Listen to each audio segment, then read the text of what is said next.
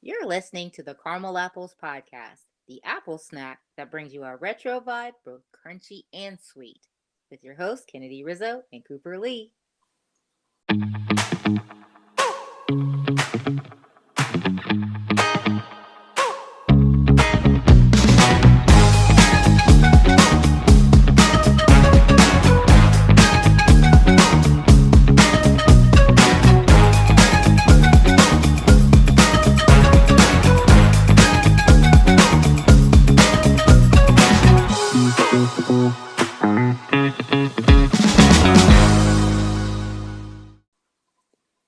This week, we're going to be talking about yet another memorable standout figure in the world of professional wrestling.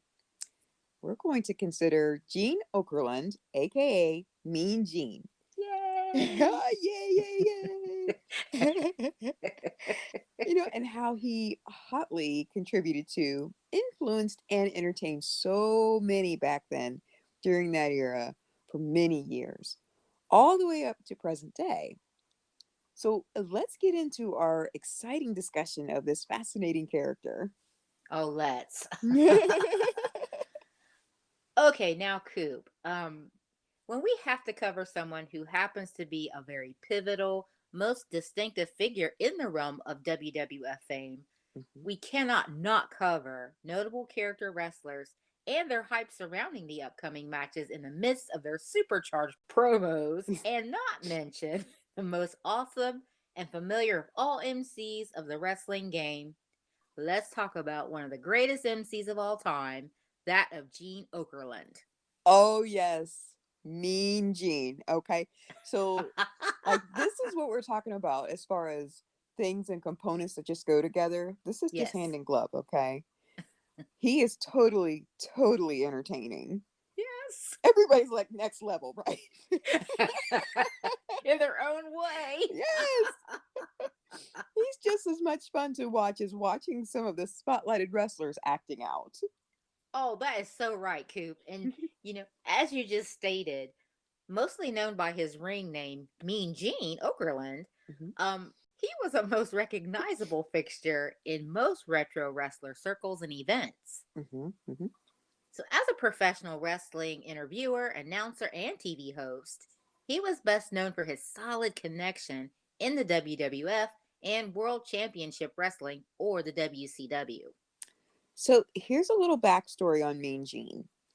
Originally identifying under the pseudonym Gene Leader in his early career days, he worked for a radio station until the year 1970 Mm. to embark on the exciting opportunity presented him at the American Wrestling Association, or AWA. This opportunity first opened up as a filler position when staple announcer Marty O'Neill became ill unexpectedly, and Gene eventually became his permanent replacement by the end of the decade. Oh, that's interesting. Mhm.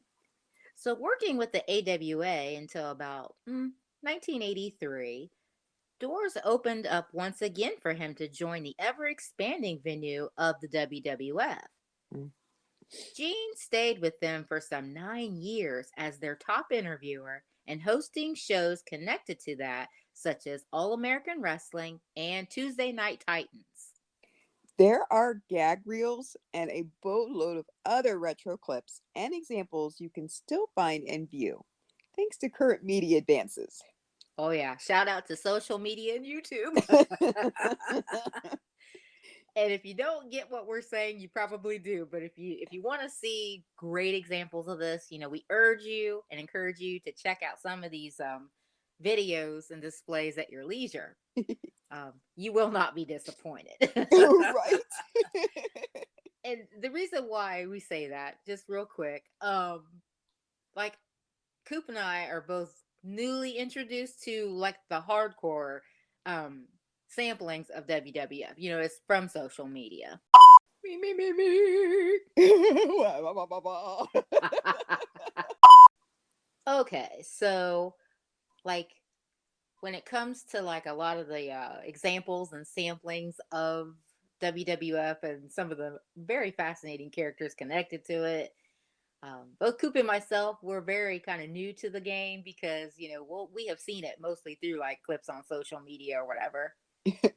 Our husbands actually grew up with this and they were fans, so we got a lot of intel from them as well, and some of the stuff they liked and the ones they liked and stuff. So Yeah. you have to bear with us. But but concerning Mean Gene, like I don't know, he's likable. I mean, like there's so many different angles and facets to the characters personas that they presented. Right? Yes.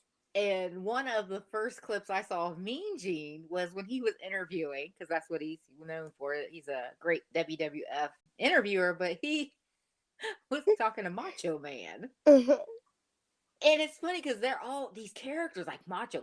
He's a live wire. Mhm. And Mean Gene's standing there with his microphone. He has a very unassuming, very demure look about him. Like he's got those little dots for eyes. He's got the little mustache, he's kind of losing his hair. Like he just looks like anybody's grandpa or anything. Like he's just a sweet looking guy. Right. He's got that very distinct announcer voice though. Like he talks to the Intercontinental Championship. But like, okay, you got Mach just hovering over him, being ornery, and Mean Gene never broke a smile. Like he was so deadpan and so serious. I don't know how he didn't roll on the floor dying laughing at these guys because they were so on.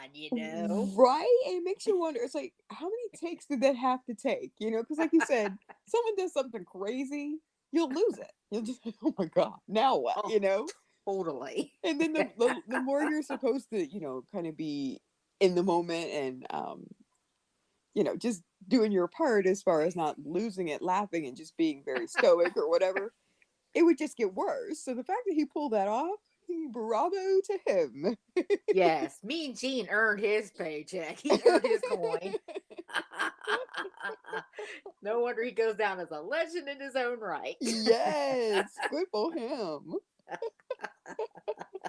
So on that note, fun fact, on January 7th, 2014, Mean Gene made an appearance at what was called the third Old School Raw, where he made references to the premium rate wrestling hotlines of the 80s and 90s.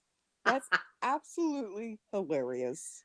Oh my God, yes, it is, Coop. Man, talk about a throwback. Yes. Oh, that hotline reference is refreshingly nostalgic. Goodness. I mean, totally, we remember how everything back then had 800 numbers. Yes. Hotlines, P.O. boxes. And we, the fans, we Main Street commoners, we would jump at the chance to get to remotely interact, with your favorite celebs at the time. Yeah. And wrestlers were of no exception, I'm sure. Oh, yeah, absolutely. Clearly, wrestlers were no different. Clearly. So Mean Gene was in the WWF from 1984 to 1993. So he went on to do other things. But again, we're just scratching the surface and giving you the shining highlights of Mean Gene's career within our retro decade travel parameters. Yes, so much fascinating research when you do awesome retro content such as this. Agreed. So Mean Gene ended up retiring in 2018, and sad to say that he passed away on June 2nd, 2019. Oh. Yeah, so he will be missed truly. He was one of a kind. Well said, Coop.